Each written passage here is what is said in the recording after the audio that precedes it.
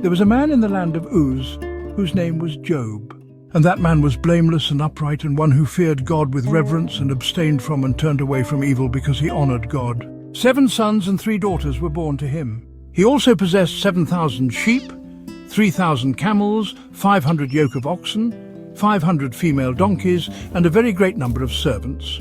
So that this man was the greatest and wealthiest and most respected of all the men of the East. His sons used to go in turn and feast in the house of each one on his day, and they would send word and invite their 3 sisters to eat and drink with them. When the days of their feasting were over, Job would send for them and consecrate them, rising early in the morning and offering burnt offerings according to the number of them all. For Job said, "It may be that my sons have sinned and cursed God in their hearts." So Job did this in such times. Now there was a day when the sons of God came to present themselves before the Lord, and Satan also came among them. And the Lord said to Satan, "From where have you come?" And Satan said, "From roaming around on the earth and from walking around on it." Then the Lord said to Satan, "Have you considered and reflected on my servant Job? For there is none like him on the earth, a blameless and upright man, one who fears God with reverence and abstains from and turns away from evil, because he honors God." And Satan replied, "Does Job fear God for nothing? Have you not put a hedge around him and his house and all that he has on every side?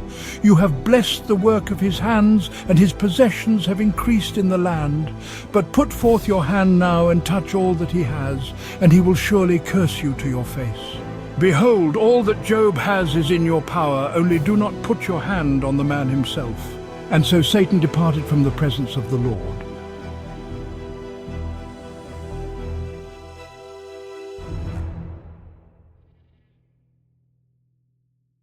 Now there was a day when Job's sons and daughters were eating and drinking wine in their oldest brother's house. And a messenger came to Job and said, "The oxen were ploughing, and the donkeys were feeding beside them. And the Sabaeans attacked and swooped down on them and took away the animals. They also killed the servants with the edge of the sword, and I alone have escaped to tell you."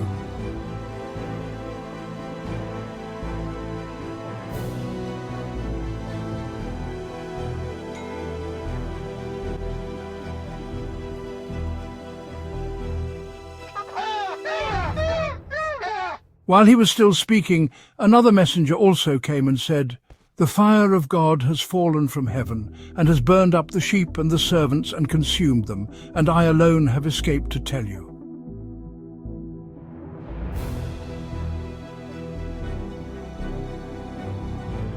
While this servant was yet speaking, another also came and said, "The Chaldeans formed 3 bands, and made a raid on the camels and took them away, and have killed the servants with the edge of the sword, and I alone have escaped to tell you." While he was still speaking, another servant showed up and declared, "Master, your sons and your daughters were eating and drinking wine in their oldest brother's house."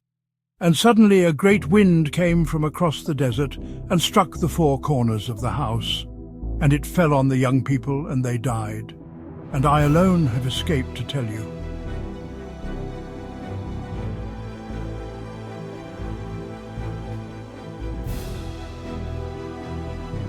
Then Job got up and tore his robe and shaved his head, and he fell to the ground and worshipped God and said, "Naked I came into this world, without possessions from my mother's womb, and naked I will return there.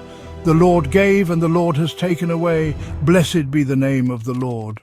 In all this Job did not sin or blamed God foolishly.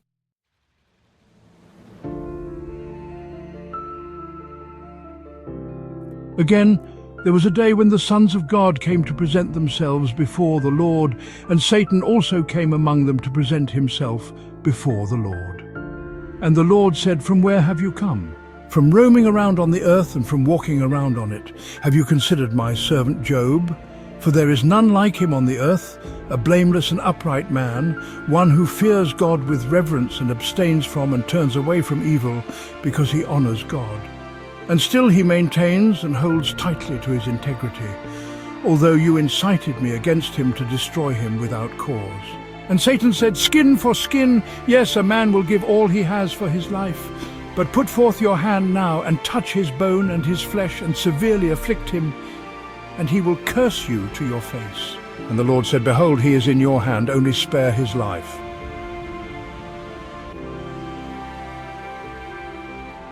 So Satan departed from the presence of the Lord and struck Job with loathsome boils and agonizingly painful sores from his feet to the crown of his head.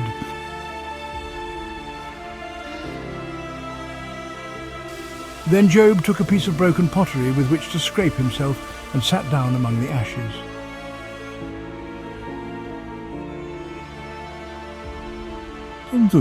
Then Job's wife said to him, "Do you still cling to your integrity and your faith and trust in God without blaming him? Curse God and die." But he said to her, "You speak as one of the foolish women speaks.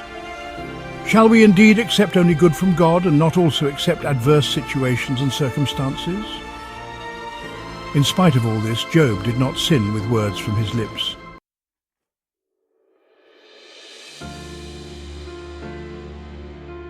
Now when Job's 3 friends heard of all this adversity that had come upon him, each one came from his own place: Eliphaz the Temanite, Bildad the Shuhite, and Zophar the Naamathite. For they had made an appointment together to come to sympathize with him and to comfort him. When they looked from a distance and did not recognize him because of his disfigurement, they raised their voices and wept. And each one tore his robe in grief, and they threw dust over their heads toward the sky in sorrow. So they sat down on the ground with Job for 7 days and 7 nights, and no one spoke a word to him, for they saw that his pain was very great.